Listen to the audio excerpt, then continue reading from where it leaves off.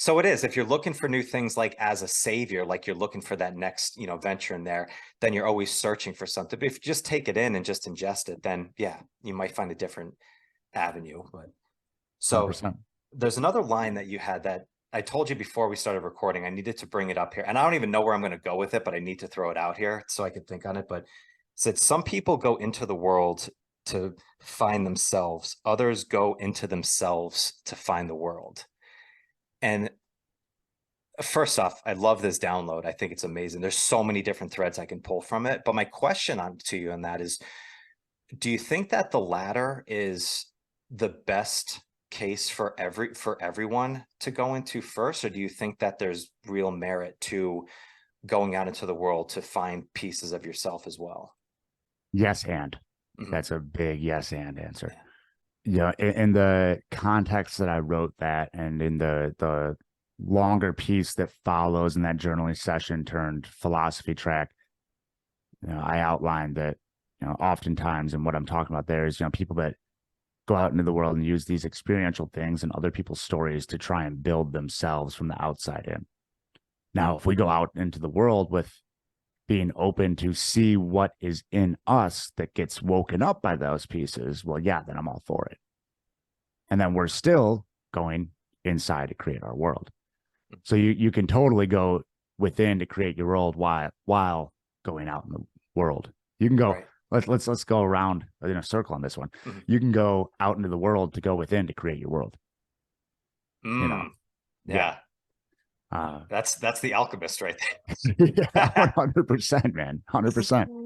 That was powerful. I love that so I love that so much when I heard that because I learned that a lot from going into a lot of intuitive practices and stuff. And I went down a deep rabbit hole of training intuitively. And I think we hear that term a lot. We do hear it in nutrition, intuitive eating, and intuitive training. And I think it's a really sexy thing to say again, but Mhm. in order to get there is you also still need to understand the rules of the game. You need to understand the structure behind it as well and put it into that. And I think we all want to get to intuition. I think another way of saying trust your intuition is having the utmost confidence in yourself, because you've gone down that path for quite a bit. But in order to get there, as you said, like there's two verses that you need to find some structures that maybe work, but eventually you get to that path where you need to look within, you need to blaze your own trail if you're going to really get to your full capabilities. Yeah, and I'm all about, like, in that episode where you're referencing that quote from, I also said, like, is it intuitive eating, or is it blood sugar spikes caused by the snacks that you thought were intuitive eating causing you to have cravings? Is it dysregulated hormones from Mhm. dysregulated sleep patterns? Like, is it actually intuitive eating, or is it hormonal stuff that you're, calling intuitive eating because you're out of touch Mhm. with your body? And uh, I'll Spotify. The album is Mystical Giants. There's a track on there about awakening intuition too. And talk about intuition. I'm on a, we've tiptoed around a couple of the, like, more esoteric, mystical Mhm. side of things. I worked with an intuitive mentor for 14 weeks after she did a past lives reading on me, Mhm. and it was like I cried spontaneously twice while she was recapping one lifetime, because it's like I was remembering something I didn't know I missed. And I ended up working with her for 14 weeks because the stuff that lifetime, I was like, well, if my soul had access to that, let's go see.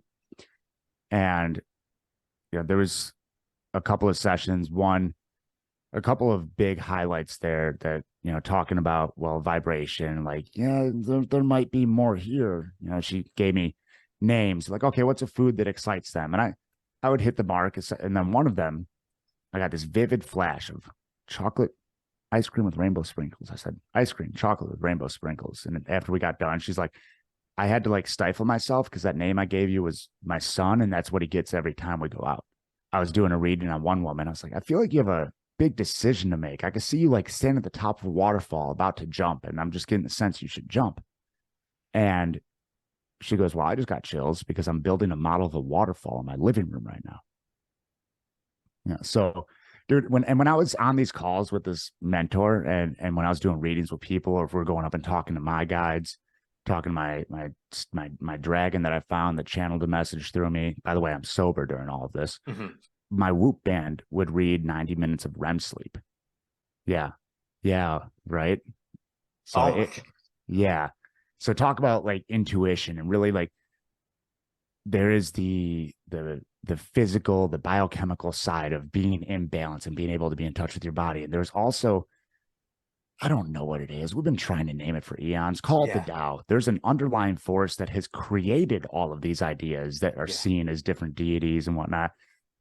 And and anybody out there, you're welcome to disagree with this. Whatever you believe, I'm glad that you believe it. And there's something else, and the whole authenticity conversation, it gives us a chance to, instead of trying to steer that river that's steering us and instead of trying to swim upstream, we become the river. And we Mhm. can, and that's when the flow shifts to where it belongs and to where we want it to go.